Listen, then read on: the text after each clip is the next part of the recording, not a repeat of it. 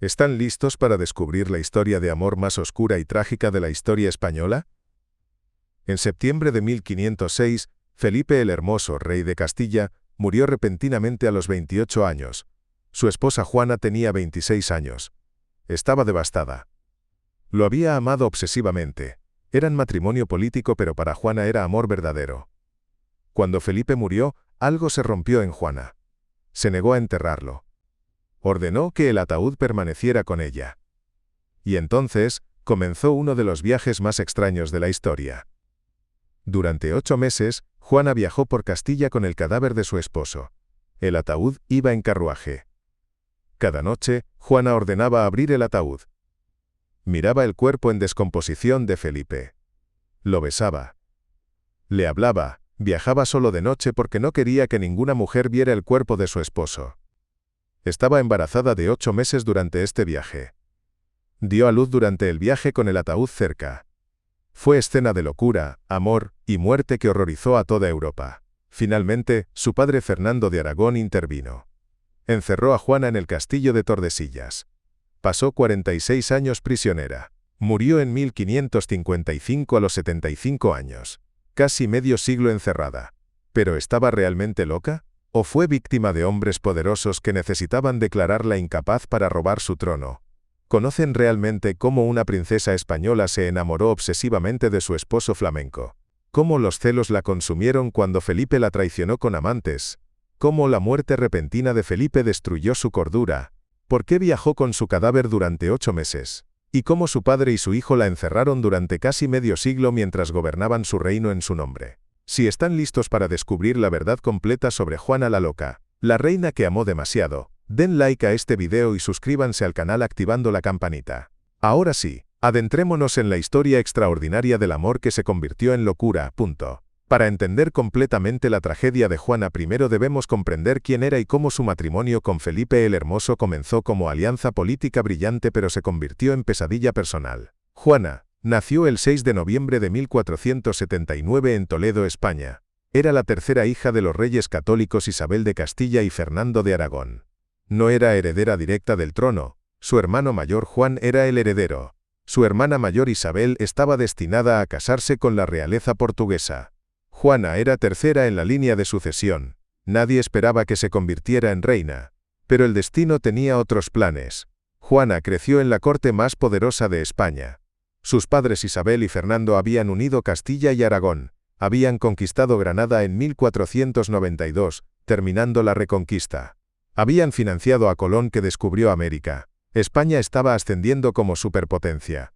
Juana recibió educación excelente. Aprendió latín, francés, música, danza. Era inteligente, hermosa, y tenía temperamento apasionado. Pero también mostraba signos de inestabilidad emocional desde joven. Tenía cambios de humor intensos, períodos de melancolía profunda, explosiones de ira. Sus padres notaban, pero en el siglo XV la salud mental no se entendía.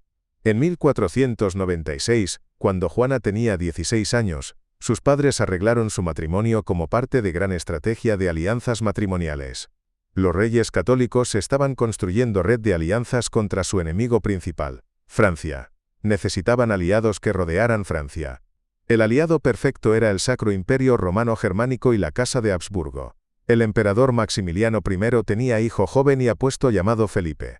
Felipe era archiduque de Austria y duque de Borgoña. Controlaba los Países Bajos ricos, lo que hoy es Bélgica, Holanda y Luxemburgo. Era uno de los príncipes más elegibles de Europa.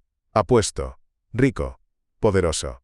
Era conocido como Felipe el Hermoso por su belleza física. Los reyes católicos propusieron doble matrimonio. Juana se casaría con Felipe. El hermano de Juana, Juan, se casaría con la hermana de Felipe, Margarita de Austria. Sería alianza perfecta uniendo España y los Habsburgo contra Francia. En agosto de 1496, Juana zarpó de España hacia los Países Bajos para casarse con Felipe. Nunca lo había visto en persona. Solo había visto retratos. Viajó con flota grande y séquito de nobles españoles. El viaje fue tormentoso y peligroso. Pero finalmente llegó a los Países Bajos en septiembre. El 20 de octubre de 1496, Juana y Felipe se casaron en Lier, cerca de Bruselas.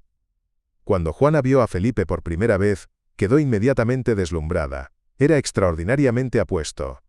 Alto, rubio, ojos azules. Encantador. Carismático. Todo lo que una princesa de 16 años podría soñar. Y según las crónicas, la atracción fue mutua. Felipe quedó impresionado por la belleza de Juana. Las primeras semanas de su matrimonio fueron apasionadas. Juana se enamoró profunda y obsesivamente. Para ella, no era simplemente matrimonio político. Era amor verdadero y consumidor. Pero había problema. Para Felipe, era matrimonio político. Juana era útil porque traía alianza española. Pero Felipe no era hombre de una sola mujer. Era mujeriego notorio.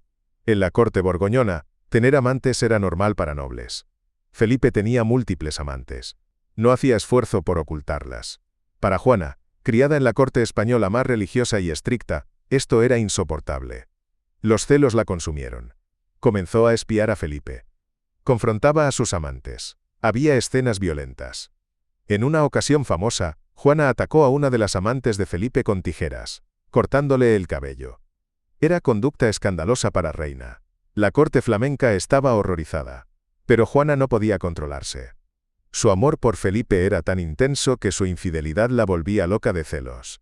Las peleas entre Juana y Felipe eran legendarias. Gritaban. Se insultaban. Felipe a veces la encerraba en sus habitaciones. Juana tenía ataques de histeria. Pero luego se reconciliaban apasionadamente. Era relación tóxica de amor intenso, celos violentos y reconciliaciones apasionadas. A pesar del caos emocional, Juana comenzó a tener hijos. Su primera hija, Leonor, nació en 1498. Su primer hijo, Carlos, nació en 1500. Carlos, eventualmente se convertiría en el emperador Carlos V, el gobernante más poderoso del mundo. Juana tuvo 6 hijos con Felipe: Leonor, Carlos, Isabel, Fernando, María y Catalina. Pero cada embarazo la alejaba más de España y la ataba más a Felipe y los Países Bajos. Mientras tanto, en España tragedias estaban alterando la sucesión al trono. En 1497, el hermano de Juana, Juan, el heredero, murió repentinamente a los 19 años. En 1498, la hermana mayor de Juana, Isabel, murió dando a luz. Su hijo Miguel murió en 1500. De repente, Juana era la heredera del trono de Castilla y Aragón. La tercera en línea se había convertido en primera. Juana y Felipe eran ahora herederos de España. En 1502, Juana y Felipe viajaron a España para ser reconocidos oficialmente como herederos. Fue viaje desastroso. Las Cortes de Castilla reconocieron a Juana como heredera. Pero había preocupaciones sobre su estabilidad mental. Sus escenas de celos. Sus cambios de humor. Su conducta errática. Los nobles españoles estaban preocupados. Isabel, la madre de Juana, también estaba profundamente preocupada. Veía que su hija no estaba bien. Pero también veía que Felipe era manipulador y ambicioso. Isabel temía que Felipe controlaría a Juana y dominaría España. En su testamento Isabel tomaría precauciones. Después de año y medio en España, Juana y Felipe regresaron a los Países Bajos. Juana estaba aliviada de volver. A pesar de todos sus problemas, España era extraña para ella ahora. Los Países Bajos eran su hogar. Felipe era su vida, aunque la hiciera sufrir. En 1504, la reina Isabel de Castilla, madre de Juana, murió. Juana técnicamente se convirtió en reina de Castilla. Pero había complicación. En su testamento Isabel había incluido cláusula preocupante. Si Juana era incapaz o no dispuesta a gobernar, entonces Fernando de Aragón, el padre de Juana, gobernaría Castilla como regente. Era disposición extraordinaria. Isabel básicamente había dicho que si Juana no podía gobernar por razones de salud mental, Fernando tomaría el control. Esto creó crisis constitucional inmediata. Juana era capaz de gobernar, ¿quién decidiría? Fernando de Aragón argumentaba que Juana era incapaz debido a su inestabilidad mental, y que él debería ser regente. Felipe el Hermoso argumentaba que Juana era perfectamente capaz, y que él, como su esposo, la ayudaría a gobernar. En realidad, era lucha de poder entre Fernando y Felipe. Ambos querían controlar Castilla. Juana era pieza en su juego. En 1506, Juana y Felipe decidieron viajar a España para reclamar el trono de Castilla. Zarparon en enero con flota grande. El viaje fue tormentoso. Tuvieron que refugiarse en Inglaterra. Finalmente llegaron a España en abril. Lo que siguió fueron meses de tensión política. Fernando de Aragón no quería entregar poder. Felipe exigía que Juana fuera reconocida como reina, y él como rey consorte.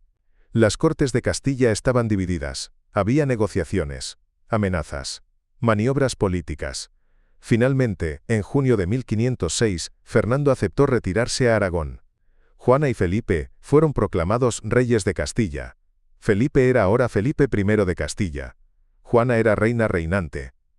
Pero era obvio que Felipe era quien realmente gobernaba. Juana era reina de nombre, pero Felipe tomaba las decisiones. Y entonces, en septiembre de 1506, ocurrió algo que cambiaría todo. Felipe cayó enfermo repentinamente. Había estado jugando pelota en Burgos, bebió agua fría después del ejercicio. Desarrolló fiebre. En cuestión de días, su condición se deterioró rápidamente. Los médicos no podían hacer nada. Podrían haber sido tifoidea. Podrían haber sido otra enfermedad infecciosa. Algunos sospechaban envenenamiento, aunque nunca se probó.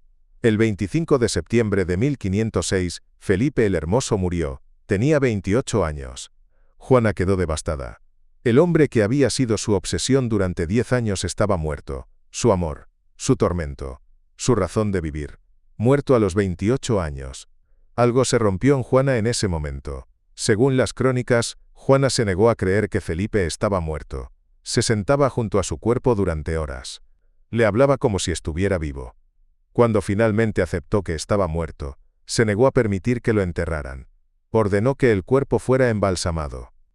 Que permaneciera con ella. Quería que Felipe fuera enterrado en Granada, donde sus padres Isabel y Fernando habían planeado su propio panteón real. Granada estaba a cientos de kilómetros al sur. Pero Juana decidió que haría ese viaje. Con el ataúd de Felipe. Y así comenzó uno de los episodios más extraños de la historia real europea. En diciembre de 1506, Juana comenzó su viaje desde Burgos hacia Granada con el cadáver de Felipe. El ataúd iba en carruaje fúnebre. Juana estaba embarazada de 8 meses con su sexto hijo. Viajaba con procesión de monjes, nobles y sirvientes. Pero había reglas extrañas. Juana insistía en viajar solo de noche. Durante el día, la procesión se detenía y el ataúd se colocaba en iglesia o monasterio. Juana se negaba a permitir que ninguna mujer se acercara al ataúd. Decía que incluso muerto, Felipe era tan hermoso que ninguna mujer debería verlo excepto ella. Era manifestación de los celos que la habían consumido durante su matrimonio. Cada noche, cuando la procesión se detenía, Juana ordenaba que el ataúd fuera abierto. Miraba el cuerpo de Felipe. Lo besaba. Le hablaba. El cuerpo estaba embalsamado, pero inevitablemente comenzaba a descomponerse. El olor debía ser horrible. Pero Juana no le importaba. Para ella, Felipe aún estaba con ella. En enero de 1507, durante el viaje, Juana dio a luz a su sexta hija, Catalina. Dio a luz en Torquemada, pequeño pueblo en el camino. El ataúd de Felipe estaba cerca. Juana dio a luz con el cadáver de su esposo en la habitación contigua. Era escena grotesca y trágica. El viaje continuó durante meses. La procesión se movía lentamente hacia el sur. Pero nunca llegó a Granada. Después de viajar aproximadamente 100 kilómetros, la procesión se detuvo en Tordesillas en febrero de 1507. Juana estaba exhausta. Enferma. Emocionalmente destruida. Mientras tanto, su padre Fernando de Aragón estaba observando todo esto con horror y oportunidad. Juana claramente no era capaz de gobernar. Su conducta era evidencia de locura. Fernando decidió que necesitaba intervenir. Regresó a Castilla. Negoció con los nobles castellanos. En agosto de 1507, Fernando hizo arreglos para que Juana fuera confinada en el castillo de Tordesillas. Oficialmente, seguía siendo reina de Castilla. Pero estaría bajo cuidado, debido a su enfermedad mental. Fernando gobernaría como regente hasta que el hijo de Juana, Carlos, fuera mayor de edad. Juana fue encerrada en Tordesillas. El ataúd de Felipe fue finalmente enterrado en la iglesia del convento de Santa Clara en Tordesillas. Después de meses viajando con su cadáver, Juana finalmente se separó de él. Pero solo físicamente. Mentalmente, nunca lo dejó ir. Juana pasaría los siguientes 46 años prisionera en Tordesillas. 46 años. Desde los 27 hasta los 75. Casi medio siglo encerrada. Las condiciones de su confinamiento variaron. A veces tenía libertad relativa dentro del castillo. A veces estaba encerrada en habitaciones pequeñas. A veces la trataban con respeto como reina. A veces la trataban como prisionera común. Dependía de quién estaba a cargo de su custodia, y qué instrucciones recibían de Fernando o más tarde de su hijo Carlos. Durante años, Juana se negó a cambiarse de ropa. Se negó a bañarse. Se negó a asistir a misa. Pasaba días en silencio. Otros días gritaba y lloraba. Tenía períodos de lucidez donde parecía completamente racional. Otros períodos donde claramente no estaba bien. Los informes de sus guardianes pintan imagen de mujer profundamente infeliz, traumatizada y posiblemente mentalmente enferma. Pero aquí está la pregunta crucial. ¿Estaba Juana realmente loca? ¿O fue declarada loca por hombres que querían su trono? La respuesta probablemente es complicada. Juana claramente tenía problemas de salud mental. Su conducta después de la muerte de Felipe era evidencia de eso. Viajar con un cadáver durante meses. Abrir el ataúd cada noche. Dar a luz con el cadáver cerca. Esto no era conducta racional. Pero también es cierto que fue conveniente para Fernando, y más tarde para su hijo Carlos, que Juana fuera declarada incapaz. Si Juana era incapaz, ellos podían gobernar en su nombre. Si Juana recuperaba la razón y reclamaba su derecho a gobernar, perderían poder. Entonces tenían incentivo para mantenerla encerrada y declararla loca. Hay evidencia de que durante su largo confinamiento, Juana tenía períodos de completa lucidez. Visitantes que la vieron reportaron que a veces parecía perfectamente racional. Hablaba inteligentemente, entendía política. Se quejaba de su encierro. En 1520, hubo rebelión en Castilla llamada la Revuelta de los Comuneros. Los rebeldes se opusieron al gobierno del nieto de Juana, el joven Carlos que se había convertido en rey. Algunos rebeldes fueron a Tordesillas e intentaron usar a Juana como figura simbólica. La visitaron. Le pidieron que firmara documentos apoyando su causa. Juana se negó a cooperar completamente. Pero el hecho de que los rebeldes pensaran que podría ser útil sugiere que no era completamente incapaz. Después de que la rebelión fue suprimida, el confinamiento de Juana se volvió más estricto. Carlos no podía permitir que su madre se convirtiera en figura para futuros rebeldes. Ella permaneció encerrada. Juana tuvo una hija menor, Catalina, que vivió con ella en Tordesillas durante muchos años. Fue su compañera. Pero finalmente Catalina también se fue cuando se casó. Juana quedó mayormente sola excepto por sirvientes y guardianes. Los años pasaron. Fernando de Aragón murió en 1516. Carlos, el hijo mayor de Juana, se convirtió en rey de España como Carlos I en 1516 a los 16 años. En 1519, Carlos fue elegido emperador del Sacro Imperio Romano como Carlos V, gobernó el imperio más vasto desde Roma. Todo mientras su madre, la reina legítima de Castilla, estaba encerrada en Tordesillas. Carlos visitó a su madre ocasionalmente. Los encuentros eran tensos. Juana se quejaba de su encierro, exigía ser liberada. Pero Carlos no podía permitirlo. Si Juana era declarada capaz, técnicamente ella era la reina legítima, no él. Su poder dependía de la incapacidad de su madre. Era cruel paradoja. Juana finalmente murió el 12 de abril de 1555 en Tordesillas. Tenía 75 años. Había estado encerrada durante 46 años, casi medio siglo. Sus últimos años fueron de completo aislamiento. Su salud se había deteriorado. Su mente había declinado más. Ya no reconocía a las personas. Ya no hablaba coherentemente. Murió probablemente de demencia senil, además de cualquier otra enfermedad mental que hubiera tenido. Fue enterrada junto a Felipe en la Capilla Real de Granada, el lugar donde había planeado llevarlo 49 años antes. Finalmente Juana y Felipe estaban juntos de nuevo. La pregunta que ha fascinado a historiadores durante siglos es esta: ¿estaba Juana la loca realmente loca? Los historiadores modernos están divididos. Algunos argumentan que Juana sufría de enfermedad mental severa, posiblemente depresión severa, trastorno bipolar, o incluso esquizofrenia según estándares diagnósticos modernos. Su conducta después de la muerte de Felipe, sus períodos de catatonía, su negativa a cuidarse a sí misma, todo sugiere enfermedad mental seria. Otros historiadores argumentan que Juana fue víctima, que su locura fue exagerada o incluso fabricada por los hombres en su vida que querían su poder. Fernando quería gobernar Castilla.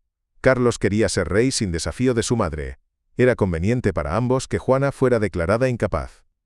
Su confinamiento de 46 años fue prisión política disfrazada de cuidado médico. La verdad probablemente está en algún punto intermedio. Juana probablemente tenía problemas genuinos de salud mental, especialmente después de la muerte traumática de Felipe. Su amor obsesivo por él. Su incapacidad de dejarlo ir incluso después de la muerte. Estos eran signos de profunda inestabilidad psicológica. Pero también es cierto que fue explotada por los hombres en su vida. Su padre Fernando podría haberla ayudado, pero en cambio la encerró para tomar su poder. Su hijo Carlos podría haberla liberado, pero mantuvo su encierro para proteger su propio reinado. Fueron prisioneros de su política tanto como Juana era prisionera en Tordesillas. La historia de Juana la Loca es extraordinariamente trágica. Era mujer inteligente y apasionada, nacida en época equivocada. Si hubiera vivido en era diferente, sus emociones intensas podrían haberse considerado romanticismo en lugar de locura.